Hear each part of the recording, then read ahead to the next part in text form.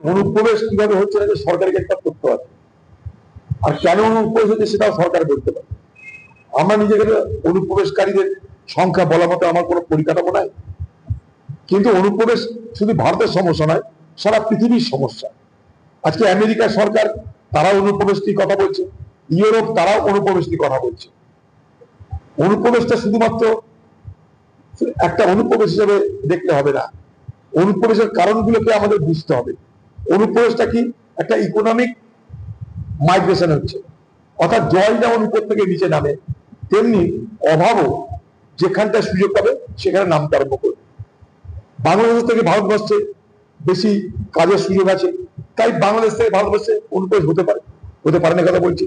ঠিক একইভাবে ভারতবর্ষ থেকে বেশি সুযোগ আমেরিকা যাইভাবে বলেন, ইমিগ্রেন্টস কোথাও বলছেন, সেটা কিন্তু একটা পৃথিবীর সমস্যা, সারা পৃথিবীর সমস্যাটা অনুপ্রবেশ। হিন্দু আসছে বাংলাদেশ থেকে,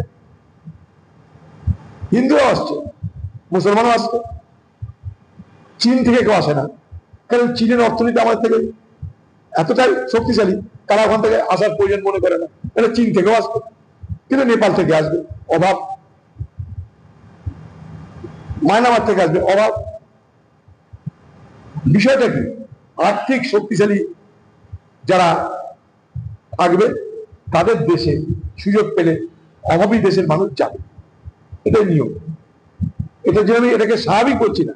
পাশাপাশি ভারতবর্ষের যে পরিকাঠামো, ভারতবর্ষের যে বর্ডার যেটা রক্ষণাবেক্ষণ, ভারতবর্ষের প্রত্যেকটা বর্ডার এলাকার যে রাজ্যগুলো, তাদের সতর্কতা, তার জন্য আরেকটা কারণ। এটা সরকারকে দেখতে, সরকার নিজেই জানে না কত